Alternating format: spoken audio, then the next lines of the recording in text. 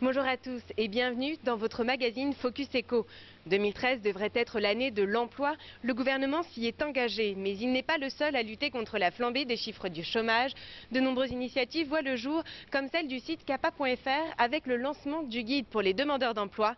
Mais avant, retour sur les derniers chiffres du chômage avec Dominique Degrise, le directeur de Pôle emploi dans les Yvelines. Quels sont les derniers chiffres du chômage ? Sur le territoire des Yvelines, on a 54 620 demandeurs d'emploi inscrits en catégorie A, c'est les personnes qui recherchent un emploi à temps plein et qui n'ont pas occupé d'activité durant tout le mois de novembre. C'est un chiffre qui est en croissance par rapport au mois précédent, à l'instar de ce qui se passe au niveau national et au niveau régional. On a toujours une tendance à l'augmentation de la demande d'emploi. C'est plus 0,4% par rapport à octobre. Alors peut-être un élément qui dénote par rapport à ce que l'on a connu les mois précédents, c'est qu'on voit en fait une croissance qui est plus faible maintenant sur le niveau au niveau des Yvelines que par rapport à ce qui existe au niveau de la région ou du national. Comment expliquer ce recul de la hausse des demandeurs d'emploi dans le département ? En premier lieu, la dégradation a été plus rapide sur les Yvelines. On est sur un taux de chômage plus faible. On est aussi sur le premier département industriel d'Île-de-France. L'industrie est un des secteurs qui réagit le plus vite à une évolution de la conjoncture économique et les ajustements ont plutôt été faits sur le premier semestre. On a les chiffres par exemple de l'intérim jusqu'à fin août. On a remarqué que sur les 8 premiers mois de l'année, il y avait eu une baisse beaucoup plus forte de l'intérim sur le département des Yvelines que sur la moyenne de l'Île-de-France. Deuxième point, Pôle emploi Yvelines a vu sur le dernier trimestre une augmentation de son recueil d'offres d'emploi. Quel secteur recrute ? Principalement ces offres d'emploi de services qui ont connu une augmentation, donc services, commerce, les emplois du tertiaire qui sont les secteurs sur lesquels on a une augmentation des offres d'emploi sur le territoire. Quel est le profil des demandeurs d'emploi ?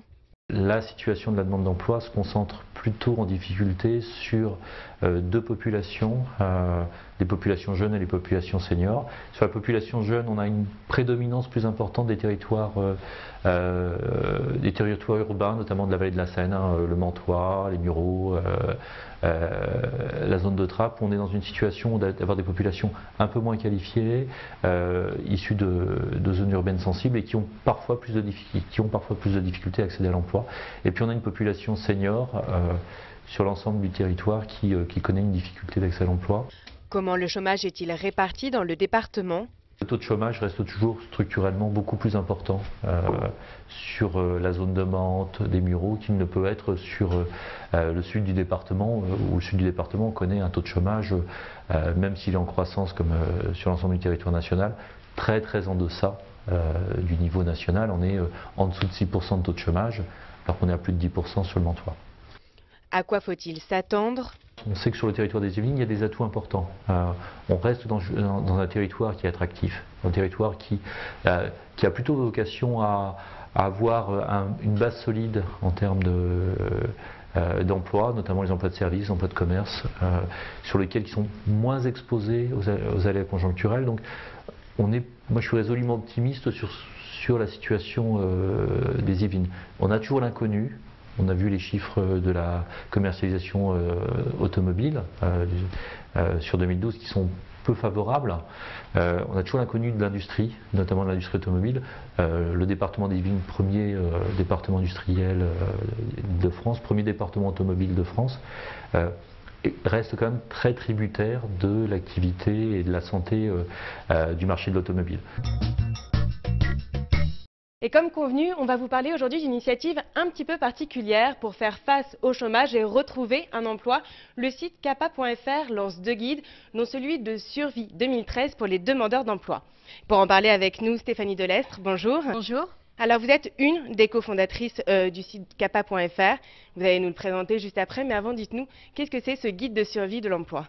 En fait, on s'est rendu compte que finalement, les demandeurs d'emploi n'étaient pas prêts à cette situation. C'est vrai que c'est une situation souvent compliquée, voire dramatique, et les gens perdent pied très facilement. Alors que finalement, il suffit de suivre quelques règles très simples et le fait de les rappeler finalement aide les personnes en recherche d'emploi à aborder leur recherche d'emploi de façon beaucoup plus cool, zen et dans de meilleures conditions surtout, parce que l'objectif c'est de retrouver un emploi très rapidement. Voilà, pourquoi? C'est quoi le constat que vous faites aujourd'hui? Parce que perdre un emploi, ce n'est pas simplement perdre un salaire, c'est aussi une situation sociale. Tout à fait, tout à fait. C'est ça le plus dur, c'est que finalement, on perd son emploi, on perd son salaire, mais surtout, on perd ses repères. On perd ses repères, on perd ses collègues, on perd le fait de devoir se lever tous les matins et d'aller au travail. Et donc finalement, cette perte de repères est souvent très très difficile à vivre. Alors justement, que préconisez-vous? Comment faut-il faire face? Alors d'abord, la première chose, c'est de très rapidement, j'ai envie de dire, ça va être un petit peu contradictoire, mais très rapidement, de savoir prendre le temps. C'est-à-dire que souvent, les personnes se ruent et se disent, bon voilà, je vais faire mon CV et je vais envoyer mon CV partout. Surtout, c'est ce qu'il ne faut pas faire. D'abord, il faut prendre quelques jours, c'est vraiment 2 ou 3 jours, hein, pas plus. 2 ou 3 jours d'abord pour faire le deuil de son ancienne situation, de ses anciens repères et de se poser quelques temps et de se dire finalement, pendant mon ancien emploi, qu'est-ce que j'ai appris, qu'est-ce que j'ai apporté à l'entreprise et finalement, quelles sont les compétences que j'ai acquises et que je vais pouvoir mettre à disposition d'une nouvelle entreprise. Il faut donc se laisser le temps de la réflexion. Exactement, le temps de la réflexion, mais encore une fois, c'est vraiment 2-3 jours, hein, on ne parle pas de 2-3 mois. 2-3 jours, se donner le temps de la réflexion, se poser, souvent, encore une fois, un réflexe simple, prendre un papier avec un stylo et noter tout ce qui nous est arrivé sur les 3 dernières années ou les 10 dernières années ou quelquefois les 20 dernières années et se dire quels ont été les différents postes que j'ai occupés, quelles sont les différentes compétences que j'ai acquises, quelles sont les différentes missions que j'ai remplies.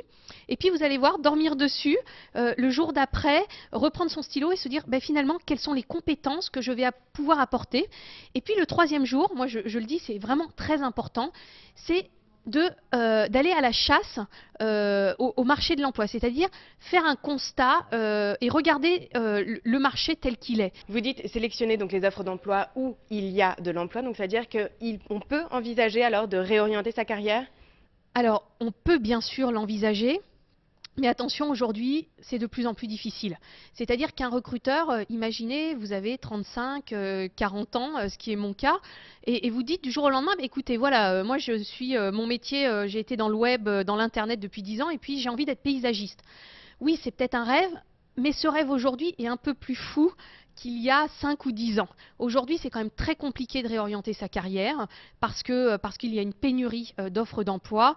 Et donc, pour les personnes qui souhaitent retrouver un emploi très rapidement, le plus judicieux quand même, c'est de bien constater et mettre en valeur les compétences qu'on a et de vendre ces compétences-là aux recruteurs. Dans ce guide de survie pour les demandeurs d'emploi, vous parlez aussi beaucoup de la nécessité de réaménager son emploi du temps, donc d'avoir ses rites. Et tout à fait, parce que souvent quand on perd ses repères, ben, finalement, quelquefois on a du mal à se lever tôt, ou on a du mal à s'endormir le soir, parce que cette nouvelle tourne dans la tête, et puis aussi le stress, hein, le stress de dire mais quand est-ce que je vais retrouver, est-ce qu'il y a un recruteur qui va répondre à ma candidature? Donc finalement, ce stress permanent fait que accentue la perte de repères. Donc selon moi, c'est aussi très important de se faire un petit emploi du temps en se disant ben, aujourd'hui je finis mon CV. Demain, si par exemple je cherche un poste de vendeuse, eh bien demain je vais aller à Saint-Germain-en-Laye et déposer mon CV dans les boutiques où je sais qu'ils recherchent des vendeuses. Après-demain, je peux aussi me faire du bien parce que c'est le week-end et donc je vais me reposer, m'occuper de mes enfants. Mais lundi matin à 9 h, je vais rappeler les recruteurs auxquels j'ai déposé mon offre pour savoir s'ils ont eu le temps de la lire. Ça, c'est un point très important. Là, on parle quand même aussi beaucoup de demandeurs d'emploi donc sur des courtes durées, mais on le voit donc chaque mois depuis donc maintenant plus d'1 an et demi, le nombre de demandeurs d'emploi augmente. Qu'est-ce que vous dites, vous plutôt aux demandeurs d'emploi donc de longue durée? Les demandeurs d'emploi de longue durée, je leur recommande aujourd'hui d'accepter aussi des offres à durée déterminée. C'est vrai qu'il y a encore quelques années, on se disait non, je ne vais pas accepter une offre à un contrat à durée déterminée ou une offre en intérim parce que le CDI va tomber. Aujourd'hui, c'est de moins en moins vrai. D'abord parce que les recruteurs aussi sont quelquefois dans des situations compliquées, donc ils prennent moins de risques. Et le fait de prendre moins de risques, c'est de se dire je vais d'abord prendre une personne en intérim ou en contrat contrat à durée déterminée. Je vais voir si d'abord si elle est bonne. C'est vrai que je vais voir si elle correspond à mon entreprise, au rythme de mon entreprise, à mes exigences, aux valeurs aussi de l'entreprise. Et puis si j'ai tel contrat qui tombe ou tel autre contrat qui tombe, là ça me donnera plus de souplesse et je pourrais peut-être la recruter en CDI. Est-ce qu'on peut dire que pour ces demandeurs d'emploi-là, donc de longue durée, après la peur du chômage, il peut aussi avoir la peur de l'embauche? Alors exactement, tout à fait. Alors d'abord, avant la peur de l'embauche, un petit conseil aussi, encore une fois, pour les personnes en recherche d'emploi, c'est que souvent, on passe beaucoup de temps à faire son CV, on passe beaucoup de temps à envoyer son CV un peu partout, et on passe absolument très très peu de temps pour se préparer à un entretien. Or, c'est le plus difficile. C'est-à-dire, c'est facile de faire un CV, c'est facile aujourd'hui, il y a des outils sur le web disponibles et aussi sur CAPA. C'est facile, on a tous ces outils à disposition. En revanche, là où il faut passer le plus de temps, c'est pour se préparer à son entretien d'embauche. Comment Parce faire? que c'est très dur. Eh bien, d'abord, il faut se renseigner sur l'entreprise, soit sur le web, soit peut-être appeler des amis qui connaissent des amis qui travaillent dans cette entreprise, bien relire l'offre, et puis aussi dans l'offre, quelquefois, c'est un peu comme, comment dire, comme un rébus, il y a des informations, et il faut se préparer à ces informations. Donc, par exemple, si on dit, vous serez en contact avec des entreprises, par exemple dans le BTP, se préparer une liste d'entreprises dans le BTP avec lesquelles on a déjà été en contact dans son job d'avant, et encore une fois, mettre en avant ses compétences par rapport à l'offre. Donc réussir à retrouver un emploi, c'est aussi donc une volonté personnelle, c'est aussi mettre toutes les chances de ce côté si on suit les consignes du guide. Bien sûr, pour moi, trouver un emploi, c'est comme, le mot va peut-être être un peu dur, c'est partir en guerre. C'est-à-dire, il faut s'armer, il faut être prêt, il faut choisir ses armes, et il faut choisir la bonne guerre. C'est-à-dire qu'on ne va pas mener 5 ans de guerre, et donc encore une fois, bien choisir le secteur d'activité. Et quelle que soit la conjoncture économique, c'est ce que j'allais vous demander, on peut trouver un emploi? Bien sûr, aujourd'hui, on peut trouver un emploi. Moi, je rencontre énormément de recruteurs, et je vous assure que 9 recruteurs sur 10, ça paraît énorme, mais 9 recruteurs sur 10 ont du mal à trouver les bons candidats. Oui, il y a de l'emploi, pas dans tous les secteurs, pas sur tous les métiers. Il y a des métiers qui sont pénuriques aujourd'hui. Donc, par exemple, dans l'informatique, on trouve de l'emploi, mais aussi dans la vente. Aujourd'hui, les entreprises ont un besoin dramatique de vendre. Donc, ils recherchent des vendeurs, ils recherchent des commerciaux, ils recherchent des attachés commerciaux, ils recherchent des secrétaires commerciales. Et donc, là encore, sur un panel très très large de profils, il y a de l'emploi.